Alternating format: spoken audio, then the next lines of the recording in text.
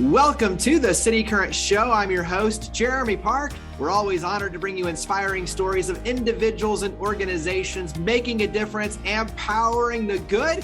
And we're honored to be joined by Elizabeth Graham Pistole. She's the president of Dancing Divas and Dudes. Elizabeth, how are you doing? I'm great. How are you doing today? Doing very well. So you have a lot going on in your world and really amazing what you're doing with your nonprofit organization. But let's start with a little bit of your personal background, because this has some personal family ties and also too, just for you, your passion, your interest, everything kind of combined. So give us a little bit of history for launching the nonprofit. So I danced competitively for 13 years, and my sister also has Down syndrome. And so I had a heart for both communities, and I felt the need to start something. It started as more of a hobby, but I quickly realized how dire of a need there was for a team-oriented environment and a goal-oriented environment for people with special needs. So that's where the idea came from, and I've been doing it for over 7 years now. And it's quickly grown into a whole community. And honestly, my sister has found her best friends there. And that's what I wanted to offer her. I love the purpose statement, dancers disproving disabilities. And so to your point, it's community, but it's also too, it's showcasing the abilities of the individuals. And so talk about kind of the mission and how that manifests. We're on a mission to not only offer them an environment, but to interact with the community. And that's everything from performing just to interacting. I think there's also often a stigma attached to individuals with special needs, that they only have to do the basics and they have to be really like overcompensated for. And honestly, I feel like sometimes people even avoid my sister and her peers. And I just want to break that barrier down from atypical to typical. My sister's the sweetest person in the world. There's no reason someone should be scared to approach her. They're not going to say the wrong thing. Like, she will talk you up a storm. And so I want to break down that barrier and then also prove that, they can do leaps, turns, they can push themselves to grow and develop their skills just like a typical dancer. And so that's the whole concept of Dancers Disproving Disabilities. You have a competitive team with this, and then you have a non-competitive team with this. So talk about how the magic works.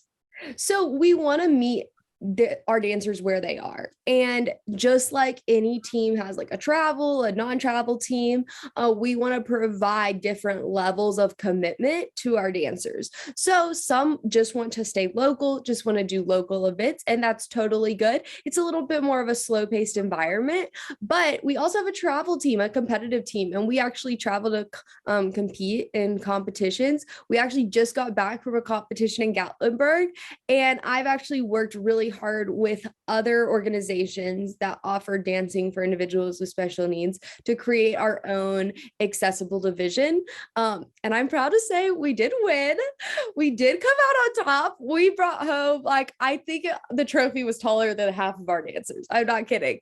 And so we did win. I was so proud of them. And that was such a special moment. So that's the thing, that it's just, if you want to travel and you want to be in that competitive environment, you can. If not, we still have an option for you. What does it mean to take home a trophy and to compete, but to win, to come out on top? What does it mean for the individuals, but also for their families to see them succeed at such a high level? What does it mean to them? I think it was so special. Half the moms were crying. I wanted to cry. I wish someone, I told my family, I wish someone got a video of me, because I was like just as nervous. Like, we were competing against several other groups, and they all had special needs. And I thought that was so special that we were able to compete on a even playing field. Because we'd all come to the terms like what would be like judged upon. And so I was just as nervous, and I'm competitive. So I was like, oh, okay, I want to win. And my dancers have been working so hard all year for it. And I literally jumped up and I threw my arms in the air, and I was like, oh my gosh. And they all were screaming, and it was just such a special moment. And I think it was a lot of hard work paying off. And it also wasn't a a participation trophy. It was a real feeling of accomplishment that you were able to gain with your peers. And that's what a team should be. And that's what you should strive for. I think it gave them a lot of momentum. Like all the moms were sitting me there, like all these other competitions that we could go to. And I think it was special, especially for the parents who have an older child with special needs, and they maybe don't have those same younger activities, and they were able to relive those for the weekend. How often during the week, like walk us through kind of what a typical practice schedule is, how often you get together, give us some of the basics on that side. Yeah, so each team practices for an hour per week. And that hour is really dedicated to not only being with their team and practicing, but also being there for each other. So we start with circle time, which is just an opportunity to speak your heart. Highs, lows, whatever you want to share. And I've always found that so special. I feel like it always ends with hugs and smiles, sometimes crying, but that's okay because we're there for each other. But then we warm up, we practice, we go over the dance, but we also have a portal where our dancers can access a live video. So it gives them something to work on during the week in their own time frames. And I've learned that, a lot of the parents say that they can hear the music of our song up in the dancers room practicing.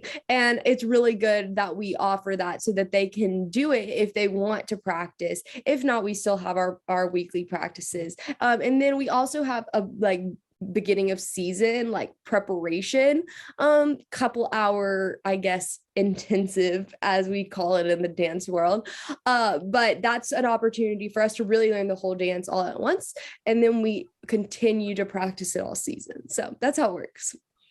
How have you seen the dancers mature? And in other words, talk about their transformation that you have a chance to see, because to me, self-confidence, discipline, like all of these things that carry over into their everyday lives, I think are powerful vehicles for transformation for what you're doing. So talk about what you have a chance to see with the transformation on their side.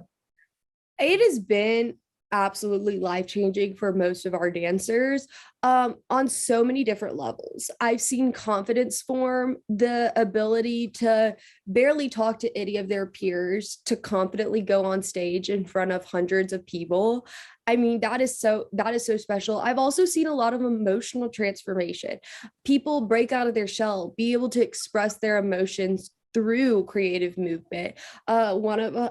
The story I always like to share, one of our dancers, her father had passed away when she first started with us. And I don't think she had a real way of expressing how sad she was, because sometimes it's harder for individuals with special needs to find the words to accurately express their emotions. And I've seen her flourish. I've seen her reach to dance and reach to our programs when she didn't have the words to explain it. And I think that's what's so special. I've also seen her mom find a whole group of people that are there to support her. And I think that that's what it's really all about. And we're there for an emotional and physical journey for each of them. And we're there for the successes and the wins, but also when it doesn't work out, when they're not feeling that win. And so that's part of being there through every moment. And that makes when they do get there that much sweeter. They say the best way to take ownership is to teach it. And so how has all of this transformed the way you look at yourself and the way you interact and your ownership of not only Dancing Divas and Dudes, but just of you and your career? Well, I always say that there is nothing that I could teach in terms of dance to these dancers that compares to what they teach me. Honestly, they don't even realize it, but the joy and just the unconditional love that they show is it literally takes my breath away every time. How intentional, how happy they are. They're just joyful and they're grateful for just the basics of life. And that's really so special. I think it gives me perspective every time. And especially it can kind of be a wake-up call if I'm stuck on the wrong thing, or if I'm worried about something that is so minimal. Getting to be back in that environment of pure joy and unconditional love is something that is really special to me. But it's also helped me realize like how much of a leader that I am, and that I do like to kind of be able to be creative, think out of the box. I like to plan. I love to do like just anything that allows me to be creative. I've also realized that I can fulfill a lot of roles. I maybe the social media manager one day, then I become a party planner, then I become the lawyer, then I become the sound guy, then I become the dance teacher. I mean, I have literally done every role. My most recent role was costume maker. I think I bedazzled like 500 costumes. It was phenomenal. So I definitely have learned that I can fulfill a lot of different roles. But I do love it. I love being able to do that. All of this while finishing your MBA too and graduating. So Yeah. congratulations for that. So Yeah. a lot of juggling for sure. I will say it was a challenge to do it through school, but I did it and we're here now. And I really appreciate the parents being patient with me. I wasn't able to give them as much, like I wasn't able to give them everything at the end of this or at the beginning of the season like I would have liked to, but I was trying to finish school and now I have. And so I'm able to even devote myself more to the program and see it flourish. So you talk about all these different roles, but these are opportunities for volunteers to help too. So talk about how the community can get involved and help your efforts. So there's always just the support of following us on social media. That little interaction is proving or it allows us to disprove our disabilities. So that's just the smallest thing. If you just barely want to get involved, just keep up with us, honestly. There's also the opportunity to be a buddy at dance practice. So that means coming in, they love new friends, and I promise it will be the best part of your week. Coming in and just being a part of that practice. It's on Saturdays at 2:30, just for 1 hour, and you get to interact with them, be there with them, go through that circle time as I mentioned. And so that's a really special opportunity. We're also currently looking for board members. So if you feel like this is something that like you really feel called to, we're looking for more people to help us expand our mission. And so that's something that I would love to get in contact with. There's some, I think my social media and also my website will be listed, and you can email me on there. And then we're also looking if anyone's interested in maybe helping fill some of my shoes, someone who's willing to kind of help out with social media. That's a great, like very like no time consuming activity. If you know what you're doing, it can be very time consuming if you don't know what you're doing. But if that's your thing, then that's a great opportunity to kind of help us really reach more people and expand our mission. What are some of your goals? You mentioned already working with other like tournaments and groups and creating a special division, which I think is a really cool thing in terms of building this platform for not just obviously your competitive team, but for competitive teams all over the state and all over the nation. Mm-hmm. What are some of your other goals and kind of vision forward? What are some of those goals? So I'd love for there to be different,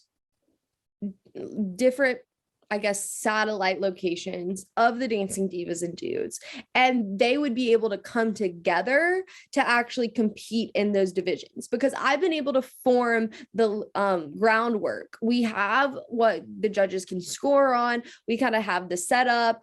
And so I would love to be able to open those new locations. The problem is I can't move to every city. So I need people who are in those cities who have a heart for it. I can walk them through it step by step. I've been doing it for a couple of years now, I promise. So that's one of my big goals. Another one of my big goals is I grew up going to Disneyland or Disney World and doing the Universal Dance Association competition. It's the big national competition in Orlando. And it's just always been one of my dream goals to be able to let them go to that and compete at that. And so I'd love the opportunity to do that over the next couple years, along with opening some of those other locations. I'd also love to be on like a TV show like Ellen or something, because I just think that they would be a hoot and a handy on there. I mean, they will make you cry laughing. My dancers are hysterical and have the personality of gold. And so I'd always love, that's just like a fun extra that's also on my goal list.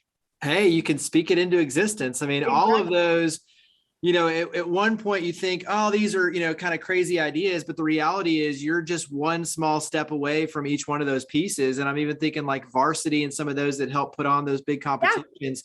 These are all ones that we know. So maybe we can kind of help open some of those doors, because I feel like there's a powerful opportunity to change perceptions and stereotypes and bring our communities together, and really, to your point, disprove disabilities and showcase the powerful abilities of individuals, but ultimately do it around community. And I think there's some really cool opportunities there.